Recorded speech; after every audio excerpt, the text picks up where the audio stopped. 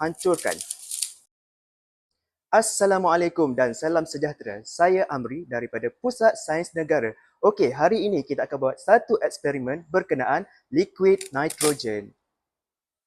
Okey, jadi apa yang kita akan buat hari ini adalah kita akan tengok kesan liquid nitrogen pada bahan-bahan yang kita akan cuba sebentar saja lagi. Kita ada satu bahan, daun. Okey, dan seterusnya kita akan gunakan belon berisi udara dan kita akan juga gunakan belon berisi air. Okey, nanti kita akan tengok kesannya pada bahan-bahan ini.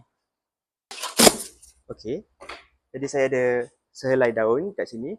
Kita akan masukkan ke dalam bekas polystyrene yang berisi liquid nitrogen.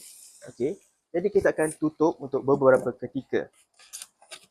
Okey, tahukah anda liquid nitrogen mempunyai suhu sehingga negatif 196 darjah Celsius. Okey, jadi suhu ini adalah sangat sejuk dan ekstrim. Jadi kalau terkena tangan amatlah berbahaya. Jadi kita perlu kendalikan dengan cara yang betul dan selamat. Okey, jadi sebab itulah saya pakai glove ini. Okey, dan biasanya liquid nitrogen ini digunakan untuk tujuan perubatan.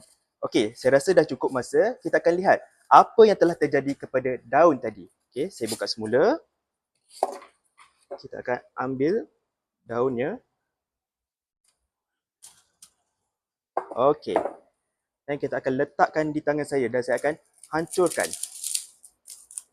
Okey, nampak tak? Begitu rapuh. Okey, jadi sebenarnya apa yang berlaku? Okey, di dalam daun ini kita ada sel tubuhan yang mempunyai air. Jadi air ini telah membeku dan menyebabkan daun ini menjadi keras dan tidak fleksibel.